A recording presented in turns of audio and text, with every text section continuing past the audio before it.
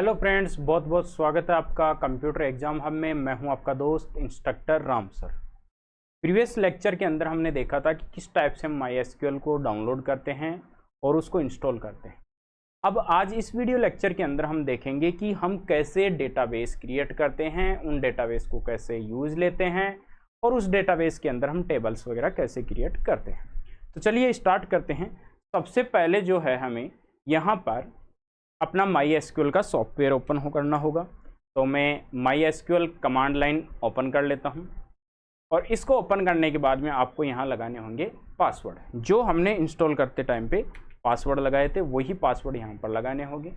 अब हमारे पास में कमांड लाइन का MySQL प्रॉम्प्ट यहां पर ओपन हो गया है। सबसे पहले हमें डेटाबेस क्रिएट करना होगा। डेटाबेस क्रिएट करने के लिए मैंने पहले ही बताया था आपको क्रिएट स्टेटमेंट यूज में लेना है। तो मैं कैपिटल में ले रहा हूँ यहाँ पर। कोई ज़रूरी नहीं है कि आप कैपिटल में लो, स्मॉल में भी आप ले सकते हो। क्रिएट ले लिया और डेटाबेस हम क्रिएट करेंगे। और डेटाबेस का नाम की अगर मैं बात करूं तो हमारे पास में यहाँ पर स्टूडेंट अटेंडेंस नाम का एक डेटाबेस बना हुआ है। स्टूडेंट अटेंडेंस नाम का जो डेटाबेस है वो हमारी बुक के अंदर है, जो NCERT की बुक है उसके अंदर।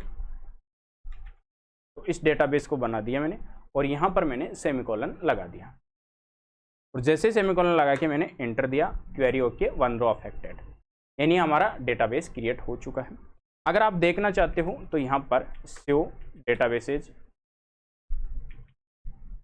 और जैसे आप एंटर दोगे, आप यहाँ पर ध्यान से देखिए आपका एक डेटाबेस भी यहाँ पर नाम आ रहा है। जो पहले से प्रीबिल्ड थे वो तो है ही है, अभी यहाँ पर स्टूडेंट अटेंडेंस नाम का डेटाबेस आ रहा है।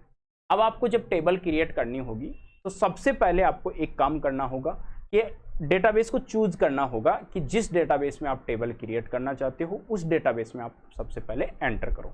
तो उस डेटाबेस के लिए आपको यूज लेना पड़ेगा और यूज आप किसको लोगे, डेटाबेस का नाम लेना पड़ेगा। हमारा डेटाबेस जो है वो है स्टूडेंट अटेंडेंस और ये मैंने डेटाबेस चेंज कर लिया।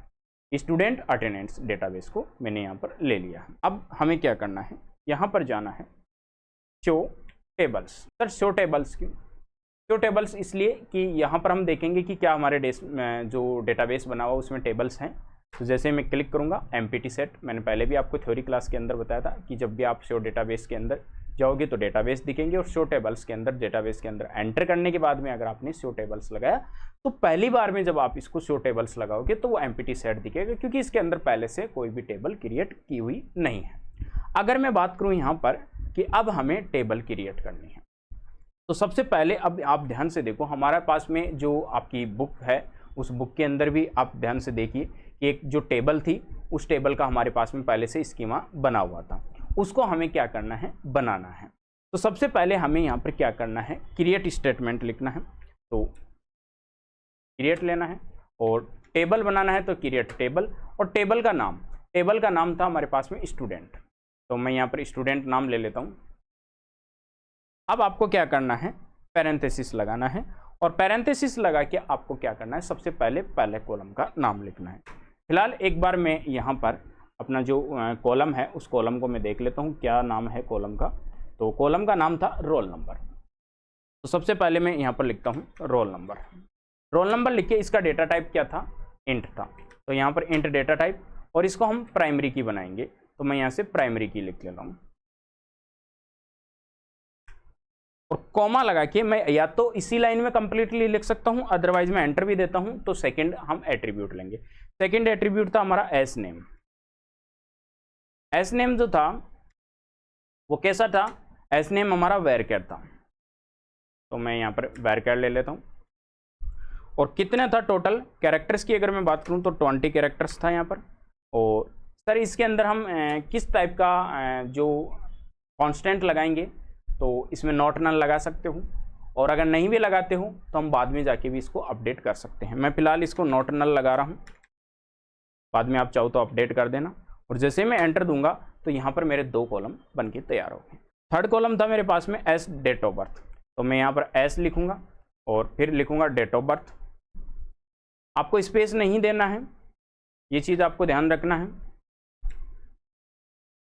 ये मैंने यहाँ पर लिख दिया है। डेटा की वैल्यू जो है वो कैसा रहेगा, यहाँ पर डेटा टाइप यानी डेट रहेगा।